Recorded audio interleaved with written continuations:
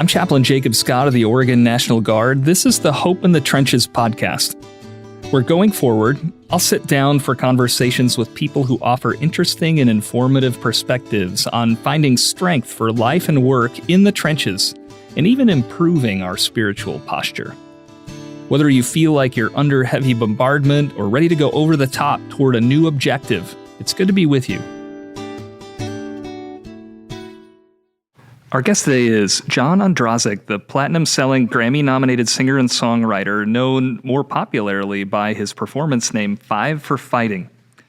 In the 2 decades since Five for Fighting's first major single, Superman, It's Not Easy, hit the airwaves, Five for Fighting has released 6 albums, including the platinum-certified Americatown and The Battle for Everything. He's had top 10 charting songs such as Two Lights, and his song Superman became a post-9/11 anthem. He performed that at the 2001 Concert for New York, a benefit show at Madison Square Garden that honored first responders and the fallen about a month after the tragic September 11th attacks.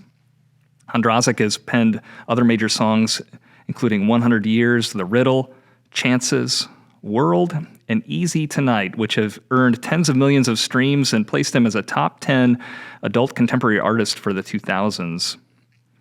His music has also been featured in more than 350 films, television shows, and commercials. His more recent project is a little bit more unique. He just released a new version of his single, Can One Man Save the World? A powerful song and video inspired by the courage of Ukrainian President Vladimir Zelensky and the people of Ukraine. His video was actually recorded in Ukraine. So I told Seth on the way in, the big idea for Hope in the Trenches is living and leading with hope. And, well, first of all, John, thanks so much for spending your time with us this afternoon. It's an honor to be with you.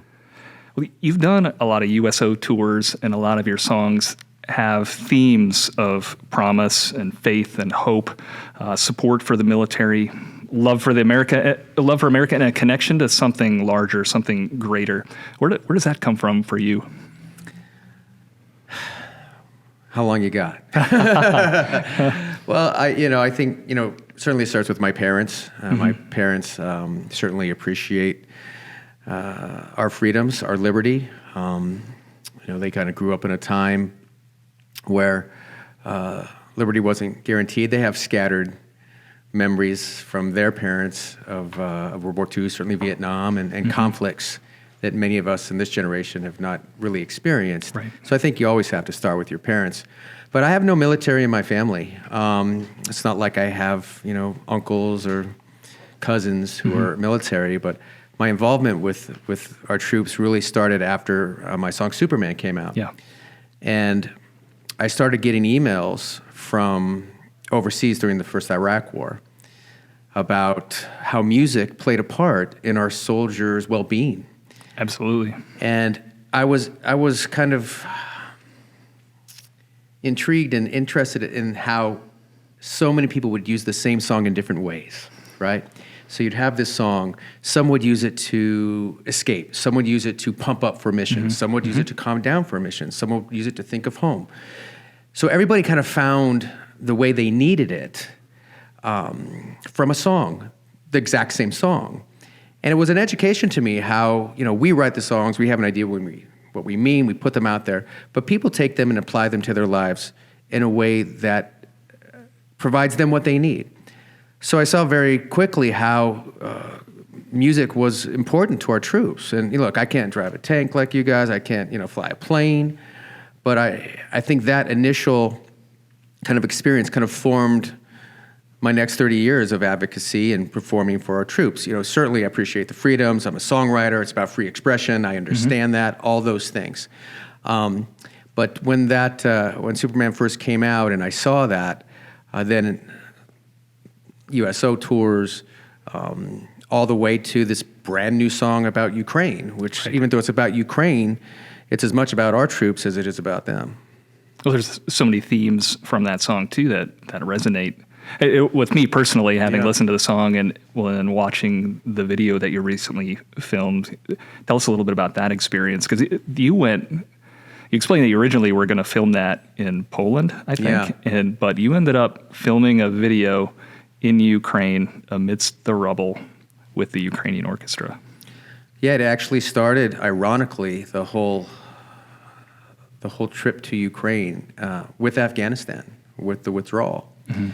When we withdrew and abandoned our allies, our American citizens, particularly our Afghan special forces allies that we trained and that you and your fellow Afghan veterans served with, I was very angry. I was very angry at the military. So I wrote a song called Blood on My Hands, which initially, talking about giving people a voice, became one of the songs that I think expressed the anger of many of our Afghan veterans. And in that process, I became aware and embedded actually with some of these incredible, heroic groups rescuing those we abandoned. There were many. One was called Save Our Allies. Save Our Allies was comprised of a woman, Sarah Verado, who has a catastrophically injured husband from Afghanistan. And then Tim Kennedy, the UFC fighter, you got some special forces, Green Berets. They actually rescued 12,000 Afghans in 10 days.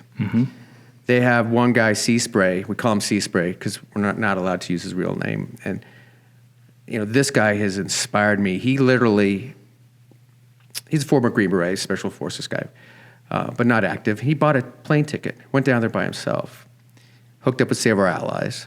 The guy lost 30 pounds in 30 days, probably slept an hour a night, but he got thousands of people out. He would go out, at night they would go out, shepherd Afghans through, frankly, sewers, through the gate, and get them on planes during the day, process them, sleep for an hour, do it the next night while the Taliban was hunting them the whole time. So I became very inspired by these Save Our Allies people. And when the Ukraine war happened, I wrote a song about President Zelensky and the Ukrainian people called Can One Man Save the World? Basically, in one sense, a tribute song to his courage. We offered him a plane ticket. He said, send me a Stinger. So that's a little different than we've seen in world leaders in the last 20 years. So I'm like, this is a different guy. So the song, certainly speaks to his Churchillian resolve, but it's also a plea to the world of like, we got to support these people. So I'd written this song, and I was going on a string quartet tour, and I had to arrange the song, the music for our string quartet. So I was doing that, and I had a thought of, why don't I go to Poland, play this with the Polish orchestra? Poland needs a shot in the arm. They've been so amazing for this conflict. They've taken millions of refugees. Incredible. They've been the hero. Their president was the first person to go to Kyiv when nobody else would go. So I called my Save Our Allies friends, and they have relationships all over the world, particularly in Ukraine and Poland. They've been active in Ukraine before the war started. So I said, hey, do you know anybody in Poland? They let me get back to you. So they called me a few days later, and they said, how would you like to perform with the Ukrainian Orchestra? And your face is exactly what mine was. I was like, what? Is this a joke? Do they even exist? How is that even possible? How is that possible? Do they exist? And they go, well, we think it might happen. Let us get back to you. So a couple of weeks go by. I'm on tour, have a couple gigs left. My wife is with me because we know this might happen. If it happens, it has to happen in a quick window. So we're scrambling to write the charts. We're scrambling to find a studio to record it. We have to record it before we can film it. We're trying to get, musicians. And so I'm kind of playing my gigs, but then I'm waking up at, 8 in the morning to talk to Ukraine and try to find, someone who can do the charts and get a studio and all this stuff. And we finally find someone who can do that. And then I got a ticket in my inbox to Krakow one morning. I'm like, I guess I'm going.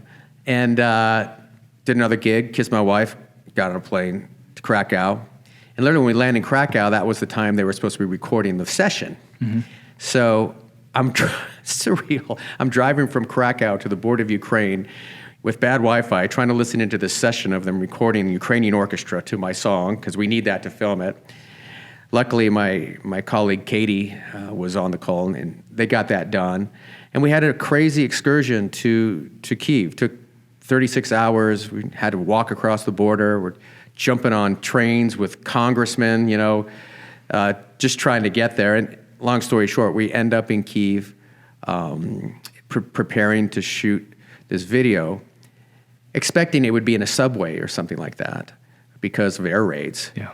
But we found out very quickly that Sea Spray had a very powerful relationship with the Ukrainian government, and they had found a location that I think was perfectly symbolic for why we went and the Ukrainian message.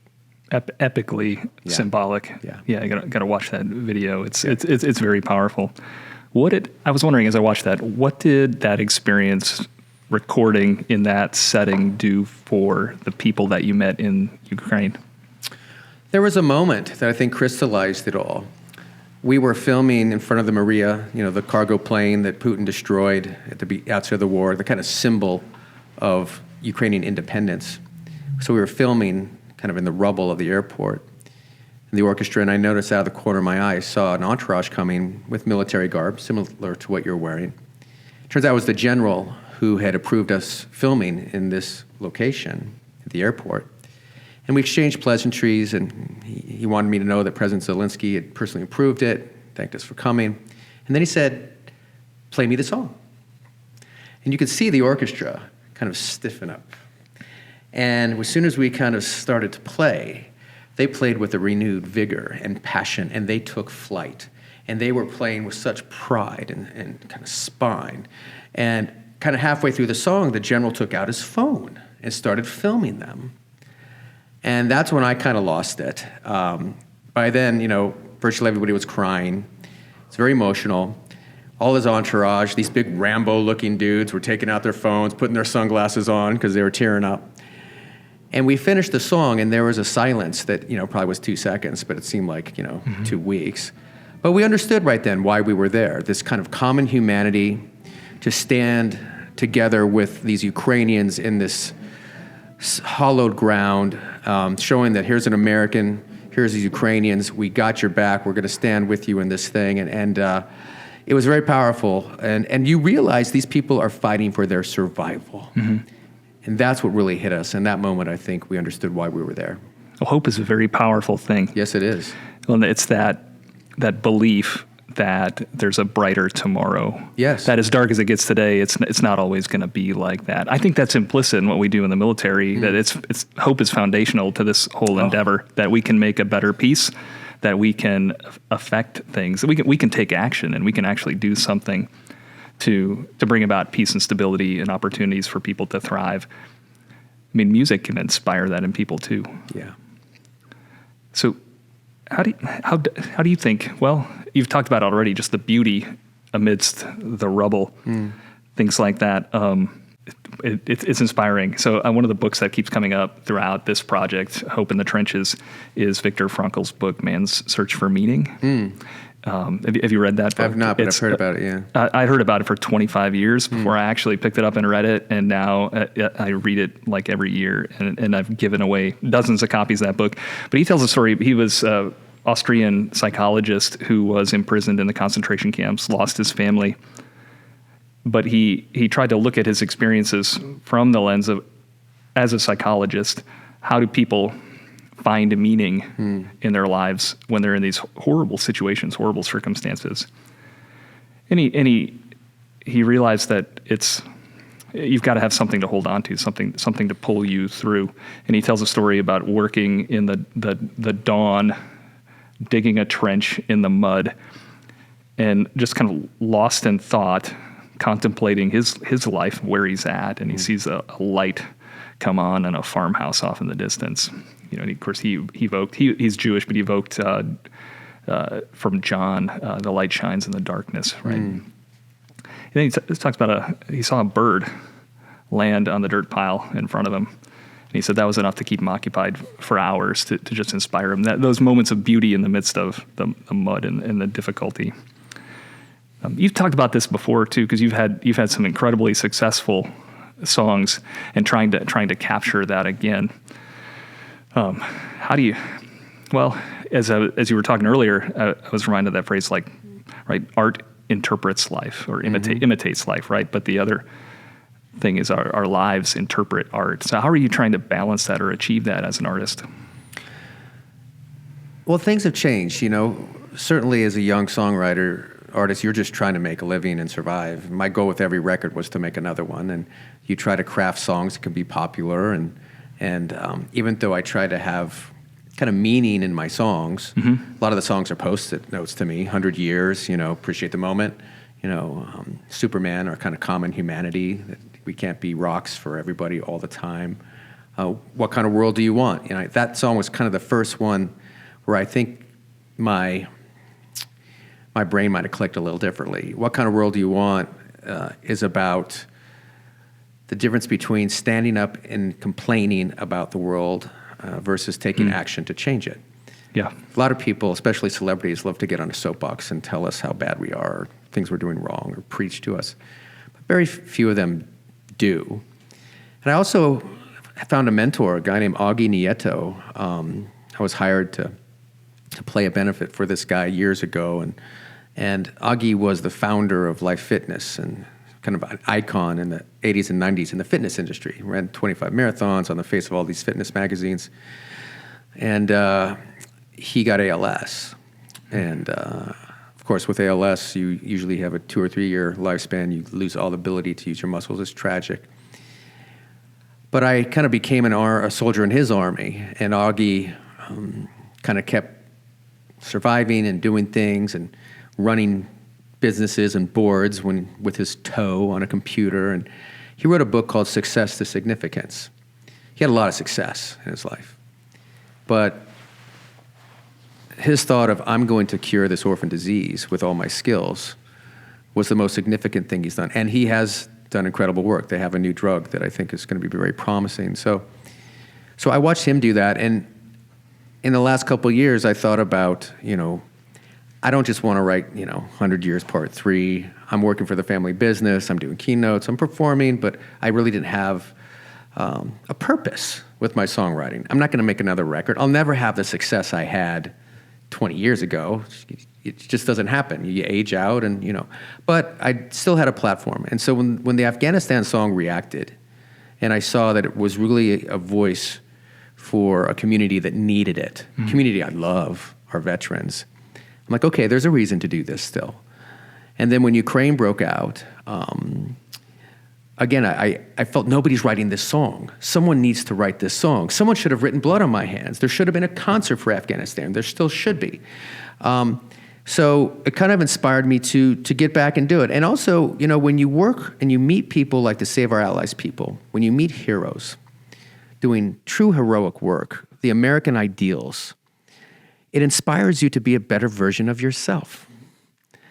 And I just wanted to be part of that mission, these people evacuating the Afghan allies, their operations in Ukraine. I mean, I met the guy who literally saved the life of Benjamin Hall, the Fox News reporter. He drove the ambulance. I sat with him. I can't tell you his name either. Nobody will ever know his name or see him. He's been there for months. These people are incredible. So when you're around them, you're like, yeah, I can write a song. I can go to Ukraine. I can kind of pull off this minor miracle with Save Our Allies, and try to do things in a way that move the needle in the culture. So I guess I haven't kind of been reborn, but with a different purpose. It's not just about trying to be a rock star. It's trying to shine the light where it belongs.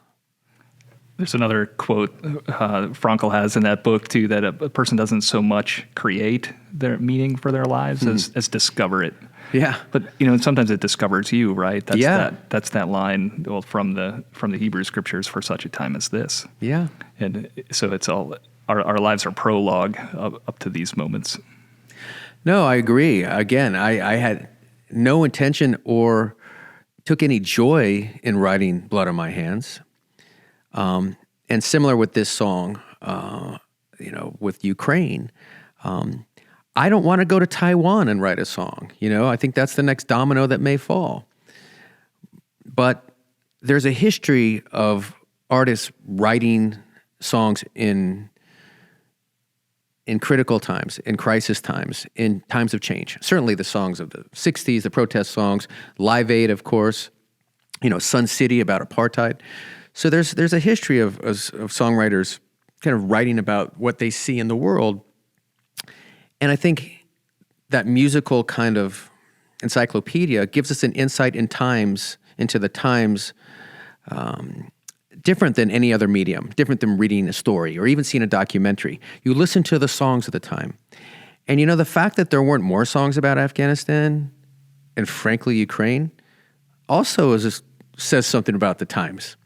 I think this culture, particularly the younger culture, don't understand that freedom has a cost. And even though Ukraine is far, far away and may not impact our lives, we've seen how appeasement in history can lead to global conflicts. So it's very frustrating for me. I'm calling for a kind of Live Aid type concert for Ukraine because selfishly, I'm afraid that if we allow Putin to devour Ukraine, it'll be you and you. It'll be our soldiers on the Polish border fighting this war because Putin's not going to stop, at Ukraine. So I have a selfish interest in this song and this mission and this concert, global concert, to really rally the world to have a cultural front. We have an economic front, we have a political front, but there really hasn't been a cultural front. Yeah, people go to Kyiv, they take a picture with Zelensky, it's great, it's better than not going. But really, where is the world standing up, letting the Russian people know, you are isolated in this?